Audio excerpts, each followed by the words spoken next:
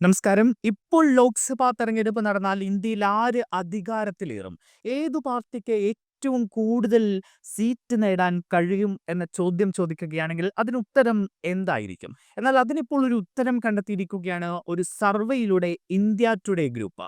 ഇപ്പോൾ ലോക്സഭാ തെരഞ്ഞെടുപ്പ് നടന്നാൽ എൻ.ഡി.എ ശക്തമായ പ്രകടനം തന്നെ കാഴ്ചവെക്കുമെന്നും 350-ലധികം സീറ്റുകൾ നേടുമെന്നും India today C voter mood of the nation സർവേയുടെ കണ്ടെത്തൽ പുറത്തു വന്നിരിക്കുന്നു.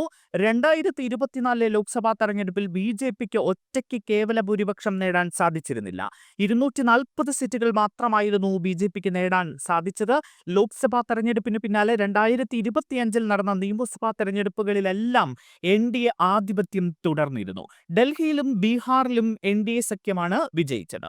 മഹാരാഷ്ട്ര മുനിസിപ്പൽ തെരഞ്ഞെടുപ്പിലെ വിജയത്തോടെ 2025-ലും തിളക്കമാർന്ന തുടക്കമായിരുന്നു എൻ.ഡി.എക്ക്. മറുവശത്ത് 2024 ലോക്സഭാ തെരഞ്ഞെടുപ്പിൽ 234 സീറ്റുകൾ നേടിയ കോൺഗ്രസിന്റെ നേതൃത്വത്തിലുള്ള ഇന്ത്യ സഖ്യത്തിന് ഇപ്പോൾ പൊതു തെരഞ്ഞെടുപ്പ് നടന്നാൽ 181 സീറ്റുകൾ മാത്രമേ ലഭിക്കുകയുള്ളൂ എന്നാണ് സർവേയിൽ പ്രവചിക്കുന്നത്. 2025 ഓഗസ്റ്റിലെ മൂഡ് ഓഫ് ദി നേഷൻ സർവേയിൽ പ്രവചിച്ചത് ഇന്ത്യ സഖ്യത്തിന് 208 സീറ്റുകൾ ലഭിക്കുമെന്നായിരുന്നു. പശ്ചിമബംഗാൾ, തമിഴ്നാട്, കേരളം, അസം, പുതുച്ചേരി എന്നിവിടങ്ങളിൽ നിയമസഭാ തെരഞ്ഞെടുപ്പ് നടക്കാനിരിക്കെയാണ് ഇപ്പോൾ ഇങ്ങനെയൊരു കണക്ക് എൻ.ഡി.എക്ക് നിർണായകമാകാൻ പോകുന്നത്. എന്തായാലും മൂഡ് ഓഫ് ദി നേഷൻ ഇങ്ങനെ പ്രവചിക്കുമ്പോൾ 2024 തെരഞ്ഞെടുപ്പിൽ ബി.ജെ.പിക്ക് ഒറ്റയ്ക്ക് മത്സരിക്കാനുള്ള ഭൂരിപക്ഷം ലഭിച്ചിരുന്നില്ല. ബി.ജെ.പി 240 സീറ്റുകളിൽ ഒതുങ്ങി. തുടർച്ചയായ മൂന്നാം തവണയും സർക്കാർ രൂപീകരിക്കാനായി ബി.ജെ.പിക്ക് സഖ്യകക്ഷികളായ നിതീഷ് കുമാറിന്റെയും ജെ.ഡി.യുവിന്റെയും ചന്ദ്രബാബു നായിഡുവിന്റെയും ടി.ഡി.പിയെയും ആശ്രയിക്കേണ്ടി വന്നു. അതേസമയം കോൺഗ്രസ് രാഹുൽ ഗാന്ധിയുടെ നേതൃത്വത്തിൽ 99 സീറ്റുകളാണ് നേടിയത്. എന്നാൽ അതിനുശേഷം എൻ.ഡി.എയുടെ തെരഞ്ഞെടുപ്പ് വിജയങ്ങൾക്ക് മങ്ങലേൽപ്പിക്കാൻ ഇന്ത്യ സഖ്യത്തിന് കഴിഞ്ഞിട്ടില്ല.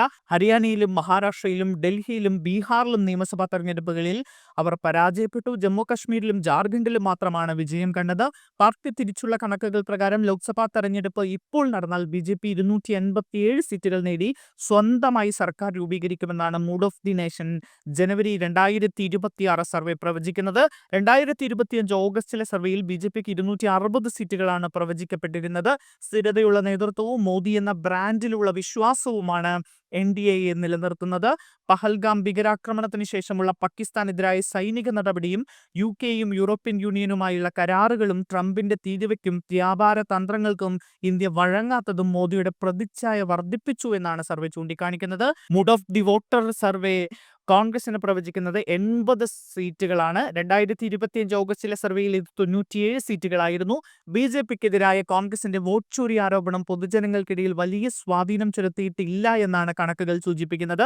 ഇന്ന് തെരഞ്ഞെടുപ്പ് നടന്നാൽ എൻ.ഡി.എയുടെ വോട്ട് വിഹിതം 47% ഉയരും. 2025 ഓഗസ്റ്റിൽ പ്രവചിച്ചത് 46.7%. 2024 വോട്ടെടുപ്പിൽ എൻ.ഡി.എക്ക് 44% വോട്ട് ലഭിച്ചിരുന്നു. ഇന്ത്യ സഖ്യത്തിന് സർവേ 39% വോട്ട് വിഹിതമാണ് പ്രവചിക്കുന്നത്. ഓഗസ്റ്റിലെ സർവേയിൽ ഇത് 40.9%